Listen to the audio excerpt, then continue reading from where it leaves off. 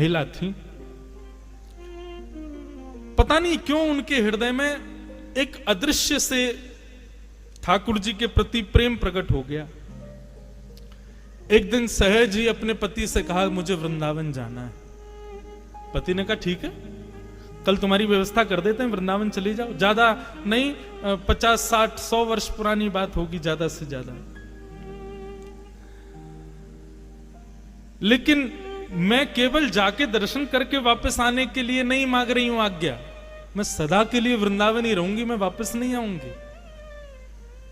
पति ने पहले तो बहुत मना किया, बहुत दिन तक उसकी आज्ञा का, बोले ऐसे कैसे जाने दूंगा, कहां रहोगी, क्या बोले वो नहीं पता, बस मुझे वृंदावन जाने दो।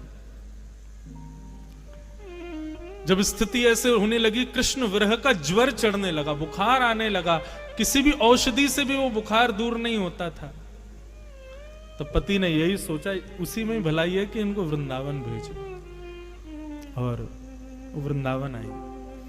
श्री राधा रमण जी की अनन्य भक्त, सदा उन्हीं के दर्शन करते, उन्हीं की लीला का अनुभव करते।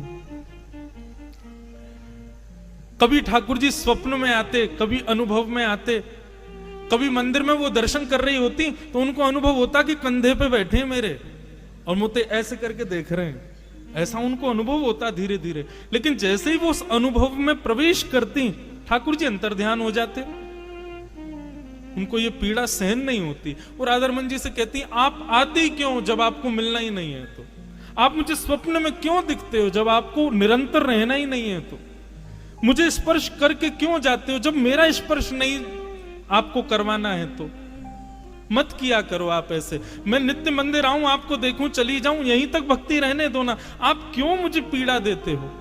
ये गोपियों की स्थिति भागवत में यही है। नेह किम वद विष जलाप्यया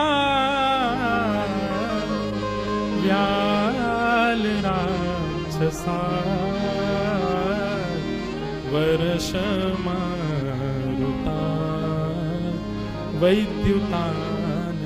गोपी गीत। गोपी गीत में गोपियां क्या कहती हैं, नाथ हमको अकेले इस वन में छोड़ के आप अंतर्ध्यान हो गए, अगर इसी प्रकार हमको मारना था तो कालियानाग से क्यों बचाया, इंद्र ने वर्षा की, गिरिराज पर्वत क्यों उठाया, तृणावर्त, सक्टासुर, इतने सारे राक्षस ब्रज में आए हमको मारने के लिए, आपने हमको उनसे क्यों बचाया जब आपको ऐसे ही मारना था हमको। तो वही बात गिरिजा देवी कहने लगी, हे राधा रमण, आपको नहीं समझ आता है, लेकिन आप जब स्वप्न में आके अंतर्ध्यान होते हो, मुझे छू के चले जाते हो, मुझे बार बार अनुभव, उसके बाद मेरी जो स्थिति होती मैं कैसे बताऊं, प्राण निकल जाएंगे मेरे किसी दिन, ऐसा मत करो। एक दिन महामंत्र का जाप कर रही थी, हरे कृष्ण कृष्ण कृष्ण हरे हरे, हरे राम राम राम हरे हरे।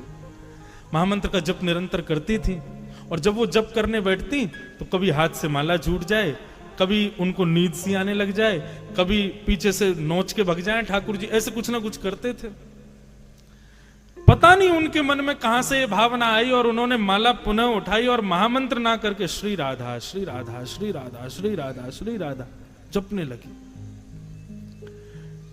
जैसे ही श्री राधा नाम का उच्चारण करना उन्होंने प्रारंभ किया, किसी ने उनको कहा नहीं, किसी ने उनको बोला भी नहीं, पर सहज ही उन्होंने शुरू कर दिया। क्यों?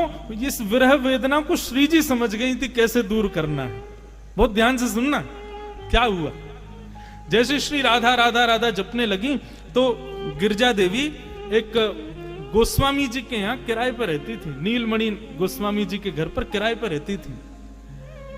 वो गोस्वामी जी को ज्वर चढ़ा था, वो लेटे हुए थे अपने बिस्तर पर। अचानक बिस्तर पर लेटे लेटे उनको पता नहीं क्या हुआ, वो कहने लगे गिरिजा देवी को बुलाओ, गिरिजा देवी को बुलाओ, गिरिजा देवी को बुलाओ। लोग दौड़े दौड़े गए, अरे गिरिजा देवी गोस्वामी जी पुकार रहे हैं, जल्दी चलो। वो दौड़ करके जैसे ही आई गोस्वामी जी के पास, कहो बाबा।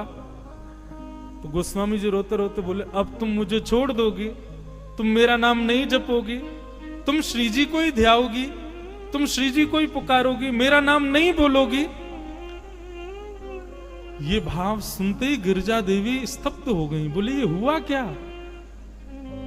तब उनको याद आया, बोले मैं महामंत्र करते करते श्री जी का नाम उच्चारण करने लगी, इसलिए ठाकुर जी ही इन गोस्वामी जी के मुख से मुझे संकेत कर रहे हैं और विरह व्याप्त करके कह रहे हैं कि मेरा नाम क्यों नहीं ध्या रही हो, मुझे छोड़ दोगी, अब तुम श्री जी की हो जाओगी और सदा उन्हीं की रहोगी, मेरा नाम नहीं ध्याओगी। तुरंत उन्होंने बैठ करके महामंत्र का जप किया। जैसे ही महामंत्र किया तो तब गोस्वामी जी ठीक हुए। तब उनको चाबी पता चल गई ठाकुर जी की। बोले अच्छा तो ये बात है, मतलब ठाकुर